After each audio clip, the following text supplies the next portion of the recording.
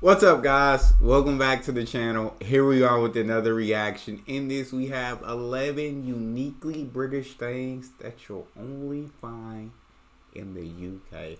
I'm excited to see what y'all got in the UK. Ain't anywhere else that nobody else has. Before we dive in, if you guys happen to enjoy, please don't forget to subscribe, give the video a like. Also, go check out Alana's channel, Adventures in Apps.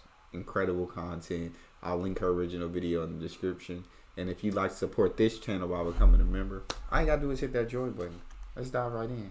Hi everyone, it's me. For those of you who don't know me, my name is Alana and I'm a Canadian, but I have been living here in the UK for the last 7 years, and let me tell you, I've seen some weird stuff. The UK is full of things that are weird and wonderful, and I absolutely love it. So without further ado, let's go. Maybe saying I love it is maybe not the right choice of words, because the first thing we have to talk about is Mr. Blobby. Mr. Blobby, for the uninitiated, the only way that I can describe it is basically like a drug-fueled nightmare that just never ends. You wake up and yet it's still there. I think such a weird, can I say weird? I'm gonna say, I think this deserves to be weird. It is such a weird, like, pop culture icon that I think it's safe to say it's very divisive. You either despise Mr. Blobby, you don't get it, you wish it would end, or you think it's hilarious. I feel like that's it. You gotta be all. So what? After her saying that, y'all tell me which side of the spectrum are you guys on? Hilarious, or you don't really get it? It's not funny. It's not entertaining for you. It's not your vibe. Which side of the spectrum are you guys on one side or the other. And honestly, every time I have seen Mr. Blobby, it has been against my will. I don't get it. Not against your will. Quite frankly, I just don't get it.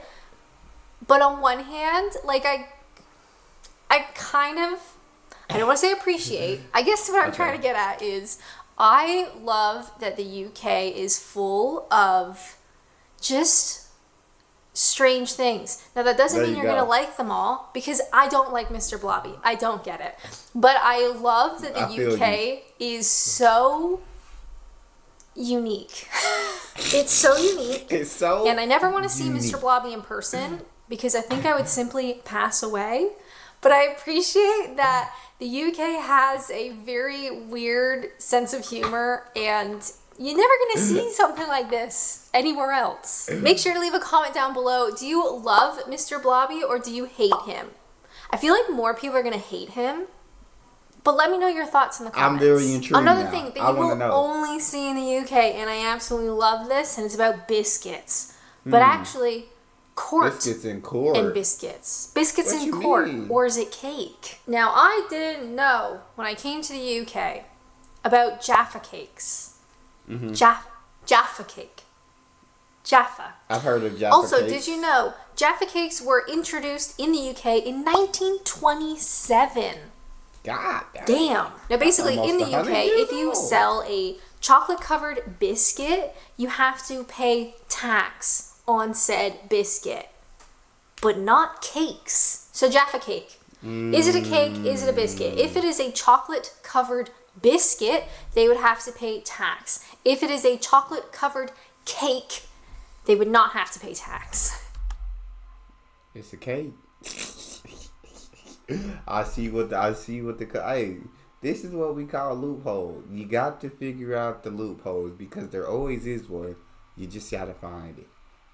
Now, most people might say it's a biscuit, but for tax purposes, it is a cake. And so they went to court, which I just absolutely love. Can you imagine like an episode of The Good Wife, but it's Jaffa cakes? So McVitie's defended their case that no, we're not a biscuit, we're a cake. All right, and here's why. And the court actually sided with them. And that even though Jaffa cake has characteristics of both a biscuit and a cake, they would be considered a cake and avoid the tax. This whole story it just makes me laugh. It's so British and I love it. But unfortunately, I hate Jaffa cakes. Oh. I think they're gross. Another thing that you will only see in the UK has to do with... What do you guys think? Jaffa cakes great? Not great? Good? Bad? Where are you at on the spectrum? I've got to know. TV. And perhaps that it is not free. So something that I learned very early on here in the UK is that you cannot watch TV for free. And I was very surprised. I mean, you can't watch TV TV as a Canadian, for free I have never heard of a TV license before. That was a new one for me. Yeah. Also, can we talk about the letters that you get? So most people who watch my videos are British. You will know what the TV license is. For the 5% of people who don't, basically you have to pay for a license to watch live TV or... Oh, I was going to say, I mean, you got to watch TV, or you got to pay cable companies and all that to watch TV here, or pay streaming apps or whatever, whoever you got to pay. So it's not like you can really watch TV free anywhere. But when you say you got to pay for the license on top of paying for the satellite or cable, so now that's when I'm like, that don't make no sense. But I know it's to fund certain channels, right? I believe to fund certain news channels or some kind of channels. I'm not completely sure. I would not be happy about it. But yeah. I don't know what else to say. Anything BBC related. So you don't have to pay a license to watch things like YouTube, but if you were watching a live event on YouTube, technically that would fall under a license from what I understand. Wow. If you want to watch the BBC iPlayer, you have to have a license. You want to watch classic TV, scrolling through the channels, you have to have a TV license. And with that, they send some wildly threatening letters. So I remember... it typically happens when you move house. So I have lived in a whole bunch of homes and flats here in Kent over the last 7 years. And it oftentimes will happen, you move into a new property and you get a threatening letter and they're like, hey, we know that you're watching live TV and you don't have a license and we're going to take you to court. Or it might say something like, we have begun formal prosecution of you because we know you're watching TV without a license. It is really scary. And I realized that the money then goes towards the BBC, which, is it a well-loved institution still? Is that true to say? So the money does go to the BBC and it does go towards, media and that kind of stuff. But yeah, never seen anything like a TV license before. No. If you're watching from another country, do you have a license?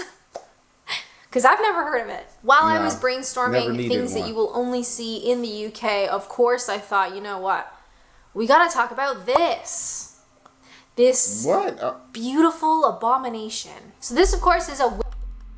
Is that... that's not a meat pie in between buns, is it? It's not a pie. What on earth is that? Kebab. I'm so sorry. The pronunciation on that really sucks, doesn't it? There's nothing I can do about my voice. So this is a pie.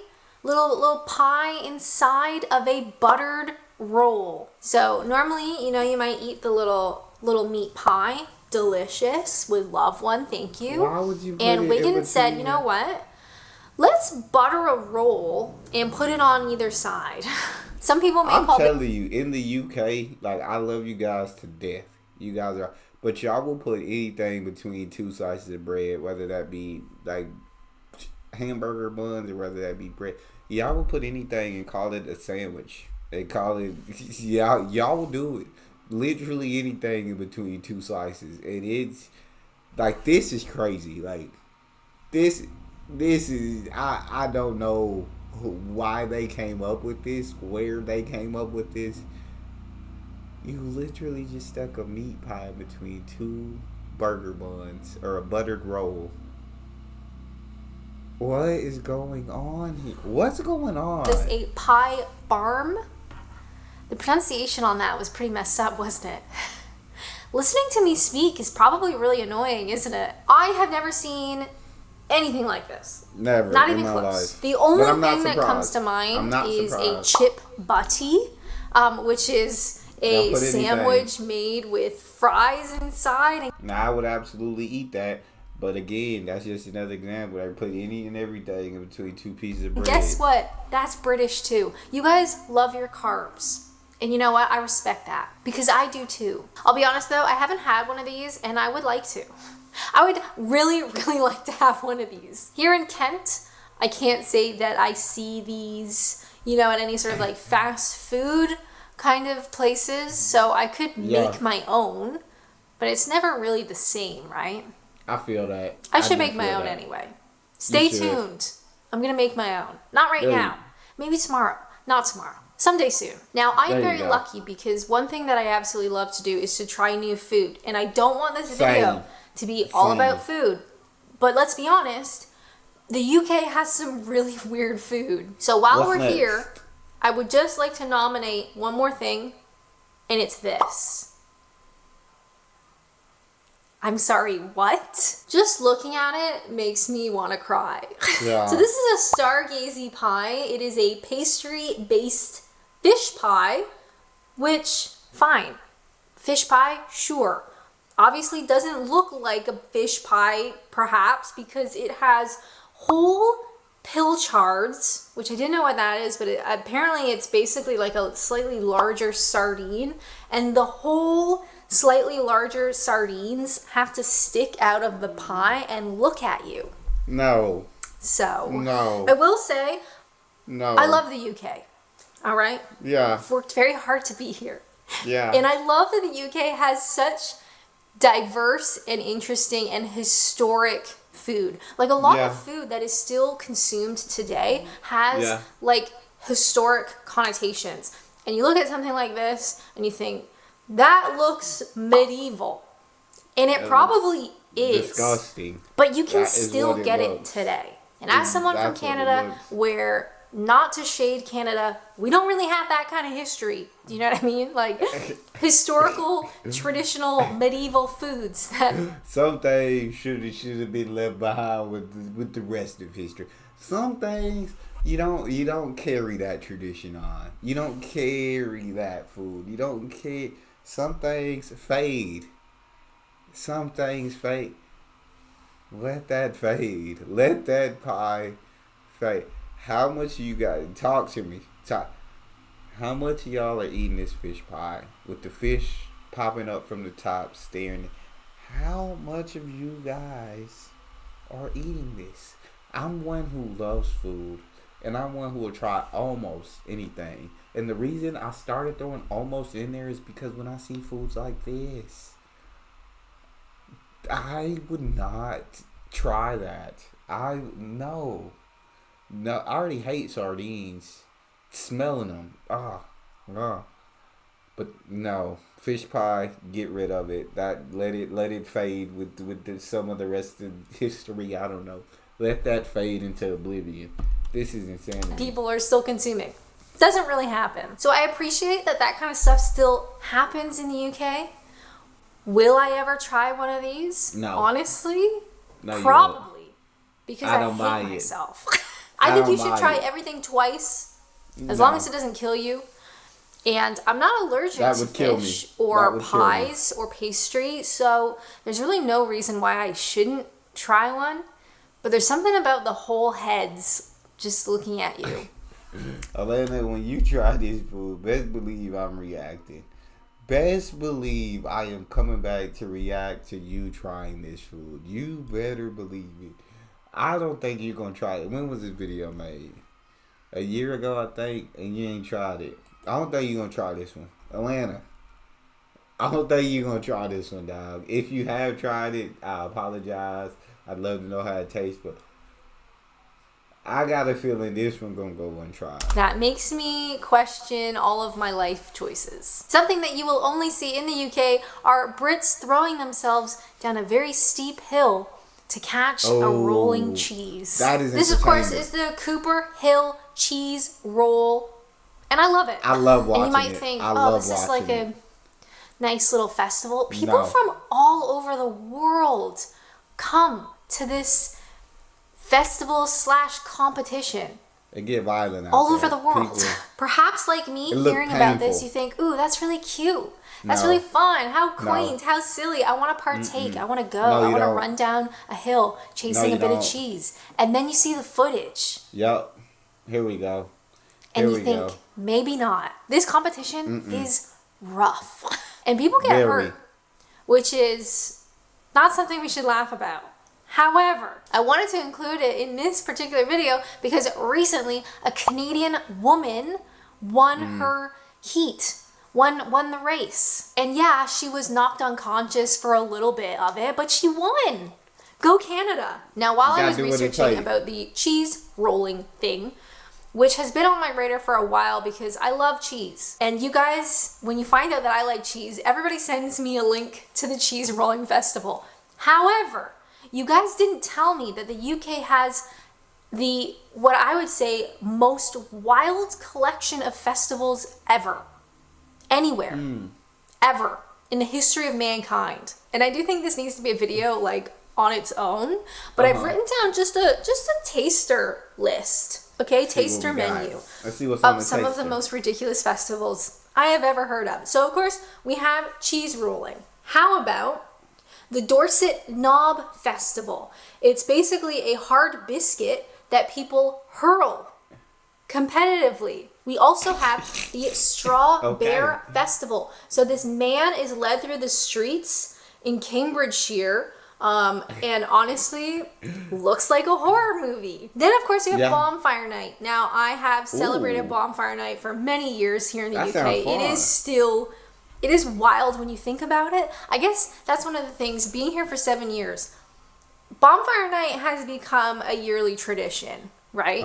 But when I actually sit down and I think about it, that's pretty weird, isn't it? However, you guys didn't tell me that the village of Ottery St. Mary in East Devon goes a little bit above and beyond everybody else, right? So we're talking about fire. We're talking about fire in the streets. We're talking about literal blazing barrels of tar. I love this country. And really with that, we are only scratching the surface. So I'm going to do a video about festivals shortly. If you guys have a festival that you want to include, please leave a comment down below. I guess I just never really thought about this before, but once I started Googling, I literally couldn't stop. And this is kind of lame, but And I feel like I'm all for a good bonfire. I love a good bonfire. It's fun. It's exciting. You get around people. Y'all are having a blast. But they carrying barrels of fire. The barrels blazing. What is going on? Why is it safe? Is this safe? Why are we? Can't be. It's a barrel of fire, Darren. Can't be safe. Why are we carrying a barrel of fire? While I was doing this, I was like, okay, so comparatively, what do we have in Canada? Fire. And I'm trying to think of like festivals that I have experienced that I've been to. Canada is obviously a giant country. So I'm from Ontario. I'm thinking Ontario festivals, okay, like what kind of festivals? And do you know what festival came to mind? We have a peach festival where you go and eat peaches.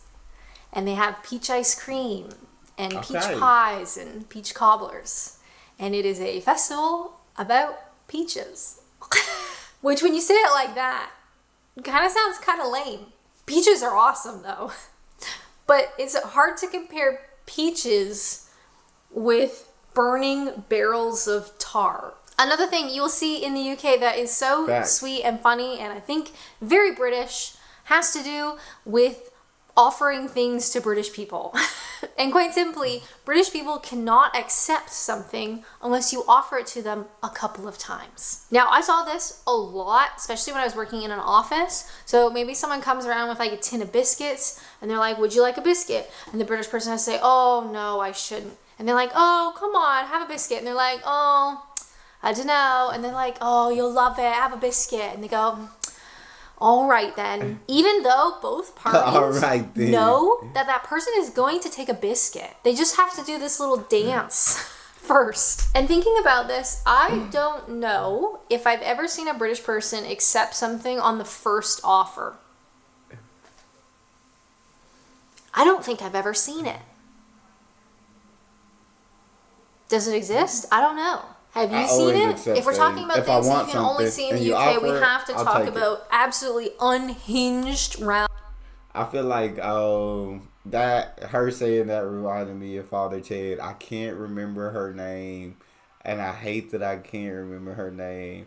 But every time she was like, "A cup of tea, Father," and anytime a sandwich, Father. Anytime anybody said no, come on, have one, have one. Come on, have it. And so that Father Ted kind of helped me understand what she means when she says that, because that woman was not gonna let you walk away without accepting whatever she was offering. You was gonna take one of whatever she had. So that's just saying, yeah. When somebody offers me something and I want it, I don't turn it. First offer, I'll take it. Hand it to me. I don't block my blessings.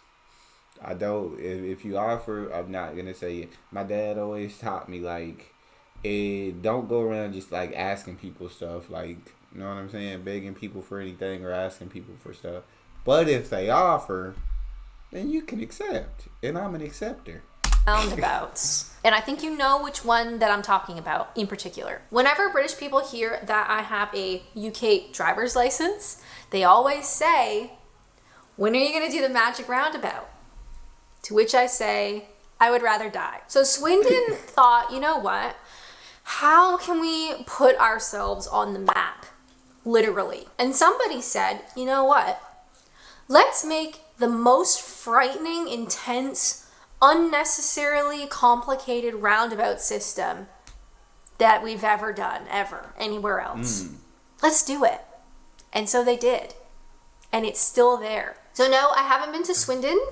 Anyone here from Swindon? Hello. I'm probably not pronouncing that properly, and I'm deeply sorry. No, I have not done the magic roundabout. No, I don't like roundabouts. I respect the benefit and the positives of having roundabouts instead of intersections. They do not come naturally to me. They make me clammy and sweaty, but realistically, most things do. Something that you will only see in the UK is afternoon tea and crumpets. But wait, there's more. So I think every sort of foreigner or expat's list about the UK includes afternoon tea, crumpets, you know, clotted cream and jam, and which goes first, and all that sort of stuff is very, very British, but it's a bit obvious, right? Okay. We all know about afternoon tea. However, I was out exploring the other day, and I walked by a hair salon. Yeah, a hair salon. And they were advertising a haircut, and afternoon tea and crumpets. Yes. A haircut at a hair salon. I've never seen such a thing before, and I don't know if I'll ever see it again. So if you ever fancy, need a haircut, I was sort of holding off waiting to get one, but I sort of need a haircut. You can go and have afternoon tea and crumpets and get your hair cut. That's insane. Which is just so unbelievably British. It's hilarious. I would love that. Do you have the crumpets before you get your haircut? During the haircut? After the haircut? What do you do with bits of hair flying in the air? Do you just ignore it? I don't know what happens. I just saw it and I thought it was hilarious. Another thing that... Yeah, I would love for my barber to have absolute afternoon tea when I go get my hair cut. I got to eat and get my hair cut. That sounds amazing to me. And what goes first, cream or jam? What y'all do? I love about the UK, and I feel like you can only see it here, has to do with street names. So, how about Silly Lane in Lancashire, Dick Place in Edinburgh, Crotch Crescent, Oxfordshire. Is crazy. Does holding my laptop like this bother you? No. How about this? Butthole Lane, Leicestershire. Titty Ho in Northamptonshire. Dumb Woman's Lane in East Sussex. Now, I had to Google this one a second time because I thought, surely not. But surely yes, it does exist. How about... You thought they could have Crotch Crescent and they wouldn't put Dumb Woman's? They could have Butthole Lane And that was what we crossed the line. No, ain't no lines. I learned after reacting to Jimmy Carr most offensive comedy that in the UK there are no lines that can't be crossed. All of them. There's no line. There's just not a line. The line doesn't exist. So there's nothing to cross. Tom Tit Lane, another one from Essex. And of course, Kent, where I'm from, we have No Name Street. Wonderful. I can't say that I've ever come across really funny street names in Canada. My understanding is that perhaps the English language and words meant things differently. Do you know what I mean? Back when some of these roads were named, perhaps. But when you think of Dumb Woman's Lane, I don't really know how that one makes sense. In Canada, our street names are so recent in terms of, you know, the grand history of mankind that the English language is what it is when those streets were named. So we don't really have a lot of cool ones. But we have a million King Street and Queen Street. So many of them. And Main Street. Because say what you will about Canadians, we're really creative. One thing that was really surprising to me as a Canadian here in the UK, living my life, exploring, trying new things, looking for new experiences. Something that was never on my radar as a Canadian, but suddenly is very much a thing here in the UK, are train spotters. Such a large portion of British people seem to be obsessed with trains. I find it absolutely fascinating, so I made a whole video about it. I had so much fun making it. Definitely check it out. Thank you guys so much for watching, and until next time, bye!